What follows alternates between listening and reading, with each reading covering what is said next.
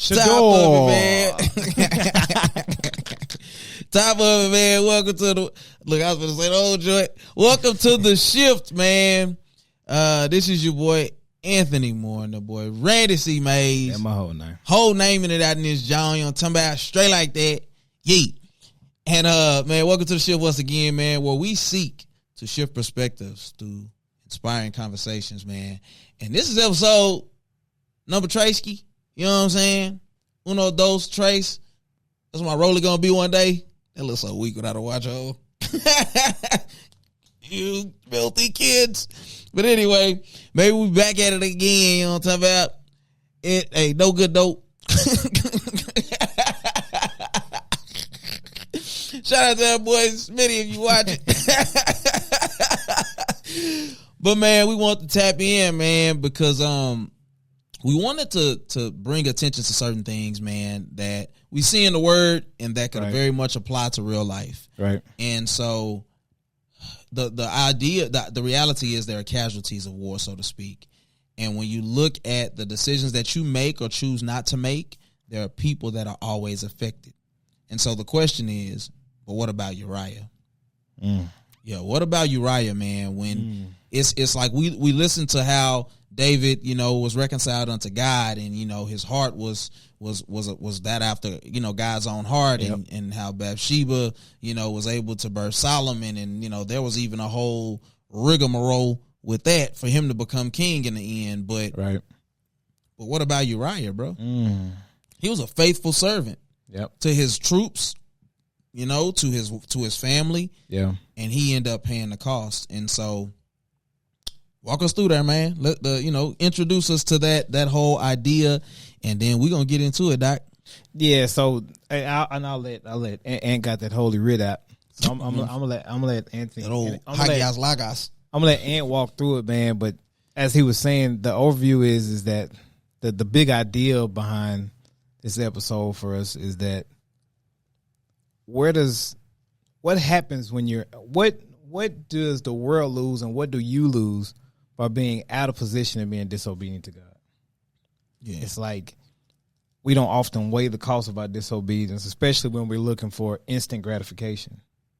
So go ahead with the story. So set it up with David and Bathsheba. Yeah. So basically, there was a time, and I ain't gonna read all of it, but there was a time where kings were away at war, and David decided that he was gonna do his own thing, essentially. So he's on the king tower or whatever, which let's not even assume that he didn't know Bathsheba was gonna be there. Right. That's the first thing. But then he noticed that Bathsheba didn't just, you know, finish her cleansing period. Amen.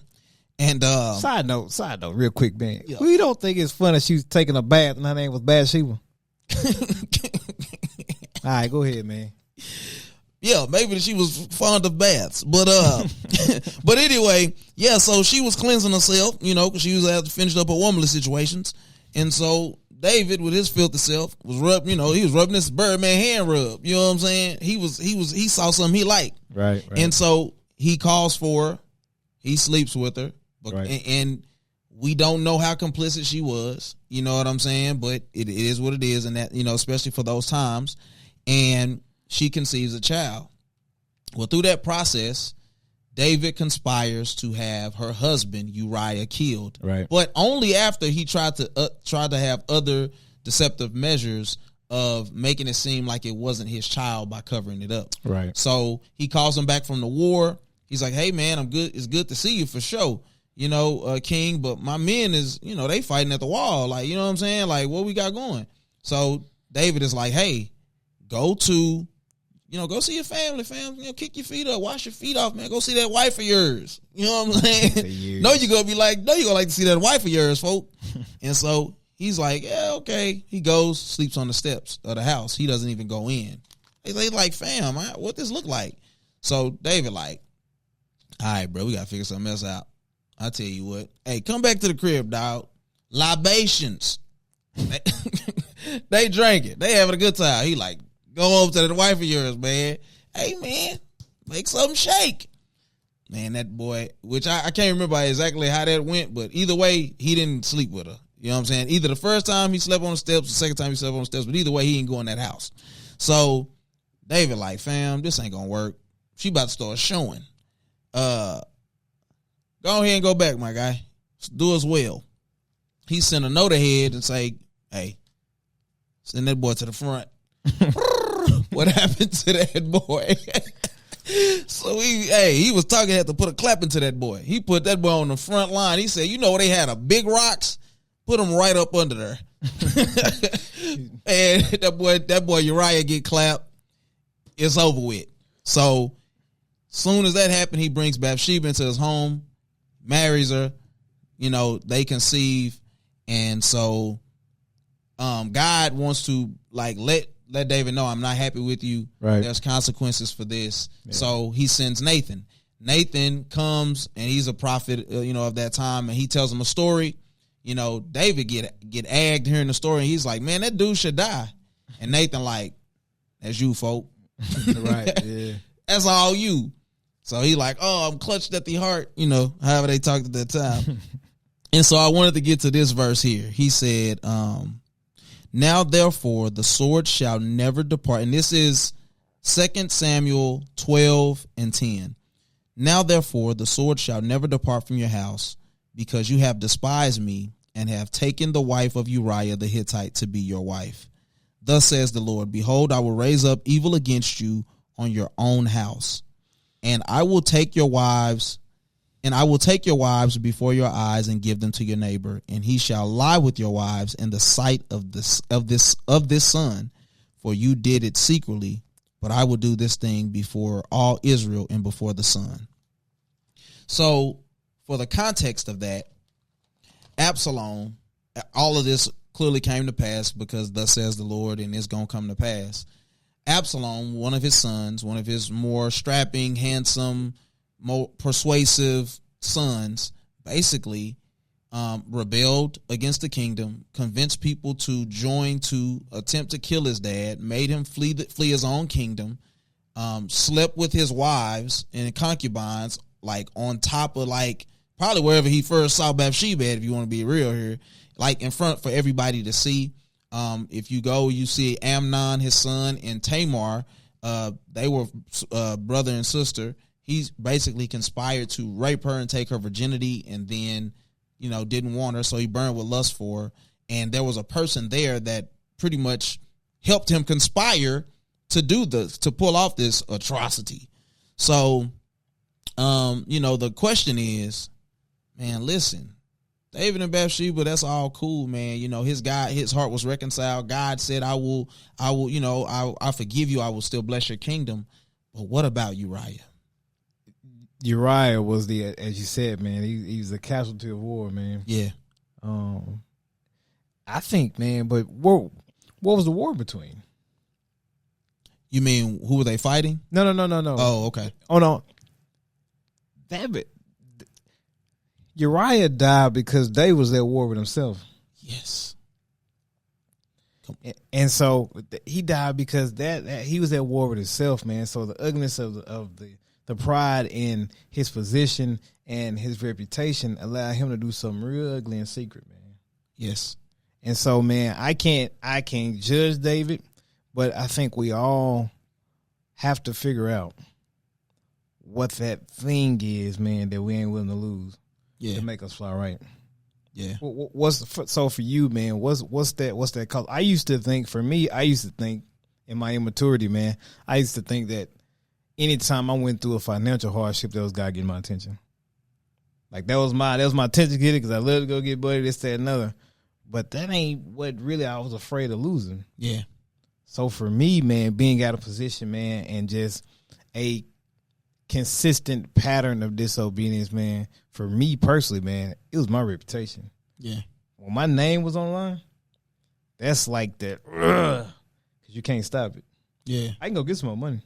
Right. You know what I'm saying? Like, I can go get some more buddy. You can't get your good name back. Yeah, man. I think he was, I think it was a large level of pride attached to the decisions that David made in that season. There was a lack of accountability. Speak to that, yeah. And there was a fighting against. Sometimes tradition can be a bad thing, but then sometimes tradition can be something that can keep you out of harm's way. And then when you look at David, my question is, the Bible said that this was a season of time where kings were away at war. You have David at peace with everybody, essentially, besides the people that he's at war with, and he's pacing around in his kingly quarters, looking down at the kingdom. So did somebody not come to David and say, hey, man, you know what we do at this time? We go out and we conquer. This is a time where you're with the men and we do what we do. When you take yourself out of position to do what it is that God has essentially said this is the season for, what is the fallout of your disobedience or your fight against the customs that are put in place to do a good thing? Right. Yeah. Yeah. It can cause, in this specific situation, it cost somebody their actual life. Yes. For us in that, it could cost somebody their actual life now, today as well, man. But for us, man, it can cost you your position. And it could cost you the thing that God really, really had for you and wanted for you in this season, man. But every window that he opens don't stay open forever. Yes. Witch, warlock, manipulator. You talking good, but good people get hurt. Yeah. That's the scary part. Yeah. Uriah was a faithful man. He just, listen, bro. He was the Nathan was like, this man had one little ewe lamb. You know what I'm saying? Like, that was all he had. He like, fam, Uriah probably looked like a book on a napkin, fam, but he bagged him a nice one. That's all he had, bro. And you had to come kill the man. He like, fam, you out of pocket for that, bro. You start taking the only thing that people hold dear, which could be their purity. It could be their mind. There are so many things that could be the fallout of you wanting to have your way because you can. Mm. It's a lot to that, man. Yeah. And I know, and I talked about it on the last episode, but it actually is more fitting to this. I ain't been many situations I couldn't talk myself into. And it ain't been many that I couldn't talk myself out of. All right. Now here's the fallout. Now, and we get it to 2016, but it's like, now I'm in a position where I can do neither. Disobedience. I'm going to do it how I want to do it. There were plenty of people that came, and I mean this, there were plenty of people that came to me and said, hey, God wants you to draw closer to him. That's the custom of this time right now. This is a season where God wants you to, don't worry about nothing else you got going on, no matter about, don't look to the left or the right, draw close to God. The season of life that I've went through, this 6 months to a year, I've had no choice but to draw near to God. There's no options. There's no person. It's just been, God is going to give me just enough to not lose myself. Right. And to realize that I have no help. I have no other help but beyond the hills where the help come from. And I also think that he'll send confirmation that you're actually in that season by having the people that are closest to you, by not releasing them to do certain things for you. I think that honestly confirms it, man. So it's real. So here's what I'll say to since we are talking to an audience. If you think that you're actually in that place where you're called to get close to God and he wants you to lean on nobody but him, man, you're gonna have to embrace it and not get upset with those around you that you feel can get you out of the situation. Because you could easily get mad at those around you for like, man, why you just can't this, that, another. Man, they may not have been released to. Like, you know what I'm saying? To do certain things. Can I be real? I'm going to be really real right now, bro. What if my marriage had to die because I didn't be obedient to what God told me to do, what people, Mitch with a word, behesting me to do? What if everything that I called good or that I justified in my own mind had to fall by the wayside because I wasn't obedient? What if my marriage was Uriah? That's a scary and real thing here, bro. Yeah, man. We gotta ask the people. Hey, get your journal right now. And what's been your Uriah? What's been your casualty because you out of position? What's been your casualty because you did what you want to do?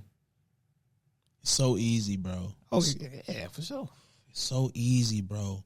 And this is where I want the listener, the watcher, to be real, because it's so easy, bro, to start looking at the people closest to you and start blaming them for things that were always your responsibility. Always. It's so easy, bro. Yeah. It's like, it's like when you look at Judas, do you look at him with pride or do you look at him with compassion? Because it said that Satan entered Judas. Yes. It didn't say Judas was who he was and he just was an evil nigga and he moved how he... No. Bro, he went and hung himself. Yeah. Because after it was all said and done, he couldn't even live with himself. Right. Why would he get her money back if that's how he desired to move? And that's where we get into a place where it's like, you know what, God, I can't be mad at nobody. I can't be mad at you. I'm grateful that no matter what I've went through, no matter the casualties that have come from it, I'm grateful that you still call me yours and that you still seek goodness for me, because it could have been worse. I could have been one of the ones that's lost. Right. I could have been one of the ones who you don't even call friend. You don't even want to share your secrets with. You don't have good things destined for. God is never going to take the gift away. Right. He's never going to cease to use you. And I've said this before, but the platform can be incredibly, tremendously reduced if you're not careful. For sure. Because I can never trust you with a platform big enough if you ain't going to do what I tell you to do when I tell you to do it. I've been literally praying lately, like, God, I promise you, whenever you do it, I'm giving you all the glory. Like, there's nobody that can say that they helped Anthony in that regard. It's not going to be nobody who said they blessed Anthony, that got him off of this. It's going to be every ounce of God that did what he did. But for the people who are in a land of indecision, do you want to be Uriah? Do you want to be Uriah? You know what I'm saying? Like, right. Or no, do you want to be David that had the opportunity to make a choice? Yeah. Because good people gonna get hurt, man. Yeah. Innocent people gonna get killed. It's like, why do good things happen to bad people? Probably got a little bit to do with some disobedience. Yeah, man. Man, you kind of sped past it, man, on the piece when you said that. You said something like, God ain't gonna take the gift, or God ain't gonna. Yeah, man. So we got David was still called out all his brothers. Yes. Your disobedient, God is God. The assignment is the assignment, man, and it ain't changing with your disobedience, man. The call is still there, man. So that's actually, man, despite the ugly that David did, all the ugly that he did, man, David was still called. And don't be super discouraged by ugly season, man. And then that's what I call my ugly season, man. Even in singleness, man, it was ugly. Imagine being the king of Israel, bro, and having to flee the kingdom because your son is seeking to kill you, and you still got people who are looking to you for the answers. Yeah. That's the part, bro. It's like you are out of position so much, but God's still saying, "No, you still gotta do what I told you to do." Yeah, I ain't gonna lie, bro. That is really rocking me right now, bro. Yeah. I'm like, because I said on the first episode, I'm like, there have been people that God has sent, bro, to help and to still serve me, that still see me as that guy, bro. Yeah. When I'm like, I don't even know why. What did y'all see? Because in my mind, I'm always having to be from this position of, you see what, like, you know what I'm saying? It's like, oh, I gotta look, I can't even, and they just like, fam, we love you. I was at a like a dinner and at somebody's house one time. It was a bunch of men sitting around the table, and I don't remember the nature of the conversation. I just remember what I said, and my statement was, God always sends you a reminder. God always sends you a reminder, man, of who you are, man. Yes. Because we, logical thing, especially being men, but I'm sure women do it too. It's hard for us to not look around at the circumstances and be like, man, well, this is what it is. You know what I'm saying? And then somebody looking at you like, hey, man, you gonna podcast? Or, hey, man, when next time you speak it again? And you like, you want to hear from me? Yes. And they're like, bro. And they ain't looking at you like, they ain't looking at you no different, man. Hey, man, what's up? I was at it wasn't for me this time. I was at a discipline hearing. It wasn't for me this time. And so I'm sitting there amongst, man, chiefs, majors, lieutenants, this, that, and other, blah, blah, blah. And man, I'm sitting there. Now I'm the lowest ranking one there. So I'm sitting there, man. I'm in my phone and that, and other. And one of the commanders looks up and he followed me on TikTok. And he was talking about, he's like, man, you doing some good stuff. And so it turned into a whole dialogue about Christ in front of all these commanders. And so, man, it was like, wait.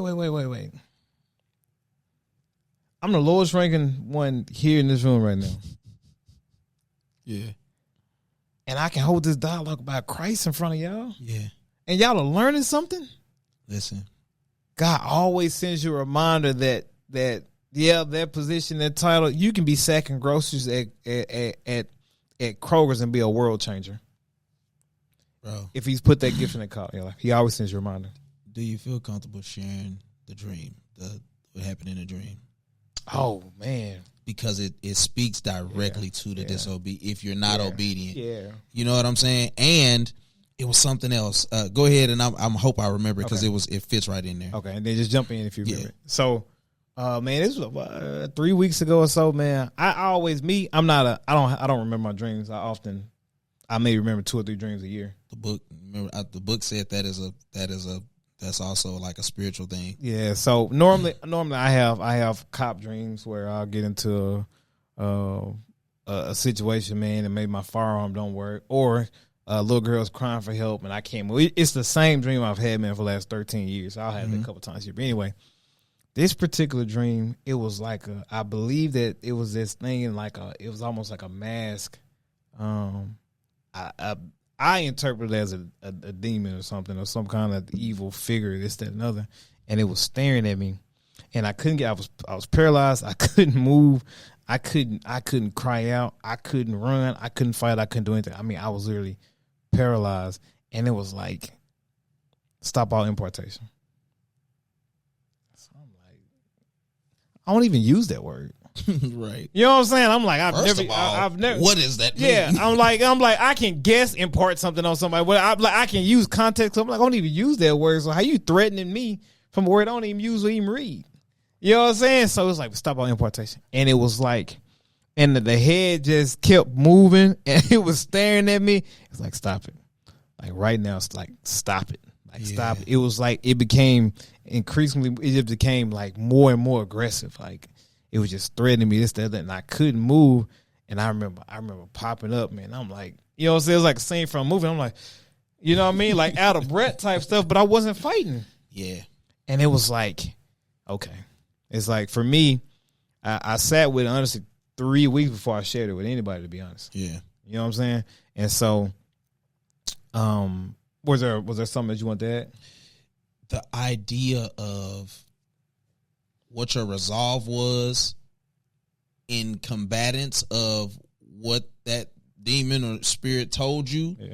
And then also the idea of equally as to David, that was something you were supposed to be doing, or something you're supposed to be doing. Right. Even us coming back to recording, right, that we don't know what the fallout would be, but that would be a fallout. Yeah. For me, I knew. For me, it gave me number one. You can't touch me as God say you can touch me. So I'm not really. I wasn't really fearful, but it gave me pause to actually do what you just said. Like, okay, what's the deal? Yeah. My social media presence is absolutely dead. You know what I'm saying? I had a consistent posting, man. I mean, that's absolutely dead. Yeah. Haven't been podcasting. I haven't been speaking in a church setting at all. I mean, it's like, man, and if I'm honest, I don't even think I've been seeking people to encourage as I normally do. I'm big about, especially at work, I'm big about looking people at their face, looking at their face. Like when we're in detail, we're sitting across. I'm big about looking officers in their face and seeing who made their head down or look a little tired, and at least going up to them like, hey, is everything going on? Like, I'm big about that type of stuff. Like, I'm known for that. And if I'm being transparent, I don't even think that I've been doing it. You know what I'm saying? So, baby, that's the thing. You're not exercising your gift on the smallest of scales. Yeah. Right now. You know what I'm saying? Outside of people in your household and maybe the couple of people you talk to on a daily basis. So I'm like, I'm looking for ways now, man, for us to, for me to make sure, man, that you got to use that gift. You know how it was very clear to me, like maybe a week ago, probably somewhere within a week, that I'm reading the book, and God is kind of revealing some things to me, man. And what God kind of showed me, bro, concerning you, is that the enemy is going to make you so comfortable that you never walk into the fullness of what God has for you. Like, a part of you is cool with being like, I encourage my daughters, I encourage my fiance, I hate my partners, you know what I'm saying? And I go make this money, and I'm cool. But there's something in me, bro. As much as I'm like driven and hungry, there's something in me that won't rest until you're operating at your full capacity. Like, I can't explain it, but it's just something in me that gets uneasy if you chilling. Strictly because God has just shown me how capable you are of operating at a level higher than what you even are willing to accept. Like, it's abundantly clear, bro. And I think that's a part of it.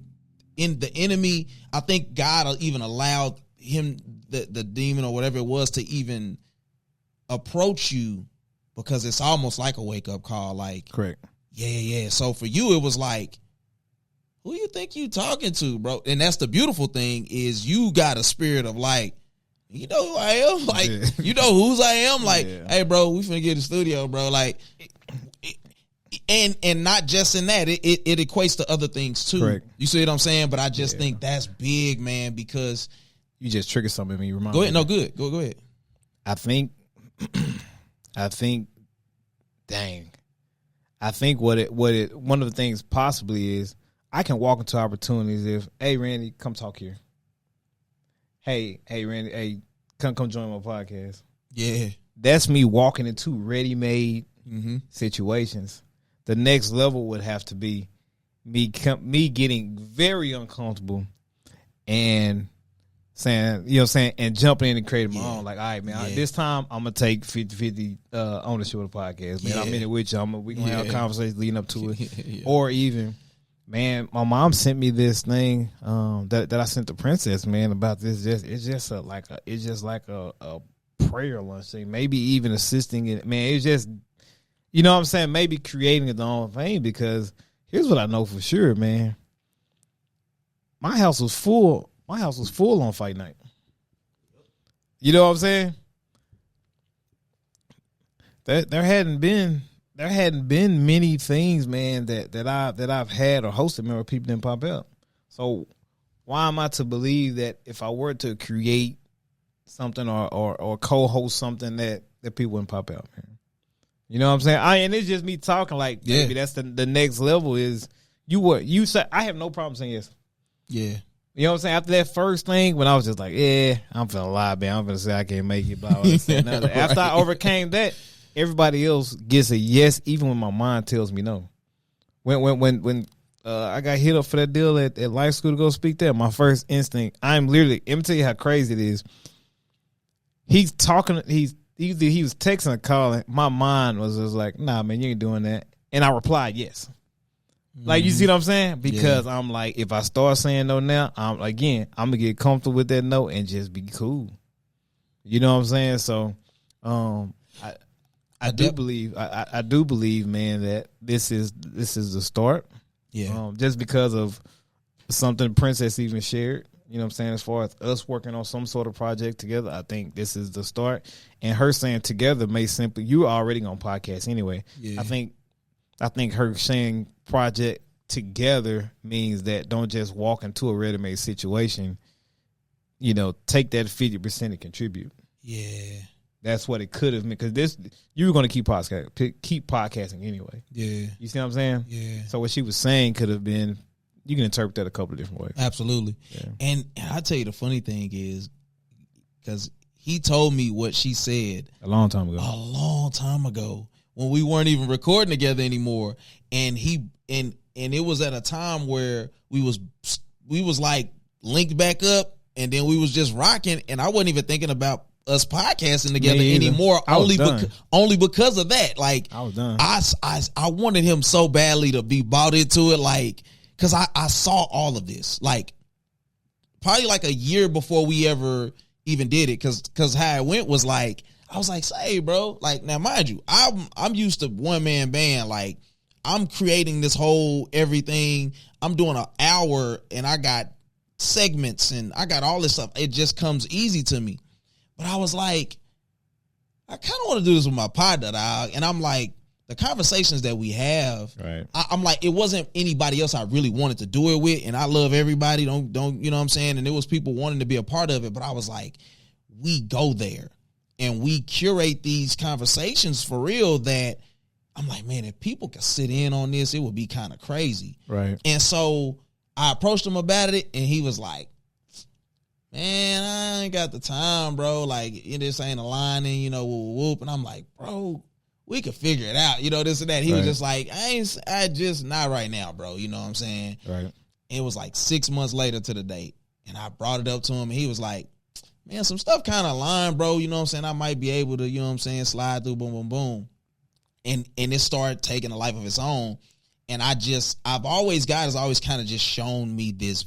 I'm a visionary. Like, I can see those things. Now, the details, they slip me. But the bigger picture, I saw us doing dope things. And in that season, we were making some moves for sure. But we always have to start and stop for whatever the reason. And, you know, right. It wasn't that season fully. But so when he told me, Princess said that, I'm just like, what is it? What business venture are we doing here? You know what I'm saying? Right. And so when you was like back on board, like, just, he said it so casually too, like, yeah, bro, we got to get in the studio. And I'm like, I'm on the other end of the phone, like, okay, you know what I'm saying? So I you know, man, my sleep honestly is few and far between, man. Yeah. And again, I rarely remember dreams. Yeah. So, man, it would have been foolish and irresponsible and dangerous to those attached to me that count on me for me to completely ignore it and not at least. Right now, this is full blown effort, bro. The financial piece with trying to editing, bro, whatever it is, I'm like, I just give it here. Because it's like it would be irresponsible. I've made so many mistakes and I'll continue to make mistakes. Yeah. Man, the stuff that comes easy for me to get right, I gotta get right. Yeah. This is the whole, when coaches tell you got to do the little things. Yeah. You know what I'm saying? You got to study. So you got to study your playbook, man. And yeah, man, it's like doing I just want to do the little things right, because I just know the cost, man. I want to avoid the Uriahs. Bring it full circle, Doc. I want to avoid to avoid the Uriahs, man, because, man, in this last 3 years of singleness, man, because of my actions, there's been some Uriahs, man. Speak to it, dog. And there is, and me, and when I sit with it, I look at a lot of encounters, and I was like, yeah, I can carnal minded. I can look at it and be like, "Boy, that ain't got nothing to do with you." Yeah. And then God is like, spiritually, it got a lot to do with you. And so we would all be foolish, man. Let's just make this the motto, man, going into 2023, 24 and beyond, man, is that I'm human. I'm going to mess up. My last sin probably isn't my last sin. But God, I want to do a little thing. Let me start with doing the little things right. Yeah. Bro, man, that was good, dog, because I love the full circle, because I was literally about to just say, don't let this last 10 minutes go over your head to think it's just about us. No. This is about casualties of war still. Yeah. There are people, and it ain't even always people literally dying like Uriah. Sometimes it's the dreams of others dying because you chose not to be obedient. Correct. It's some people that need that encouragement that probably was about to pop some pills, that probably was about to go drive off a cliff, that probably was about to say, you know what, bro, I can't do it no more. And they're going to let their dreams die. Yeah. As a believer, bro, what we always have to remember is that it's not about us, bro. Right. Things are not happening to us. They're happening for us, bro. They're happening for us, for other people's benefit, bro. Even the blessings that God gives us, the money, the raises on the job, the moments, the Galatians 6 moments where we can say it was nobody but God. People need to know that you can feel alone sometimes, but he's still there even when people don't seem like they're there. You're right. And so there are so many people, man, that are losing, that are hurting. And if we're not on post, if we're not faithful over our assignment in that season, there are going to be things that die that God never wanted to die. This is the thing that I learned from that book, is that when you give in to sin perpetually, when you don't align yourself with the word and give it back to God as he inspired it through man, there will be things that you'll believe to be true that they'll come to pass even if God has something else designed for you, like long life and good health. You can go out here and act like it ain't as simple as you moving a certain way or believing the word. And I'm telling you, bro, it's really that simple. There are people that die at young ages because they believe the word of the enemy instead of the word of the Lord. Right. In my case, letting fear and anxiety, a majority of my life, rule the decisions that I made. Letting a fear of loneliness rule the choices I made in relationships. Not being content with God first before anything else. I have dictated a lot of situations that have created a whole bunch of Uriahs. So man. Man. What has been your Uriahs, and what are you gonna do to prevent that from being another one? Yes, that's all I got, man. Yeah, man. People watching. Listen, comments. We coming. I need y'all to. Hey, listen. We ain't trying to wait too long before we start having some live pods. Let's be clear about that. I want it by episode 5. Man. 5 or 6. So the question is, what is your Uriah, and what are you gonna do about it? Maybe you ain't there yet. Maybe you identifying the opportunity, because see, we always are placed with the opportunity to do either or before it actually comes to pass. Right. He just saw Bathsheba. He could have hit her with and went on about his business. Right. He chose to go a step further.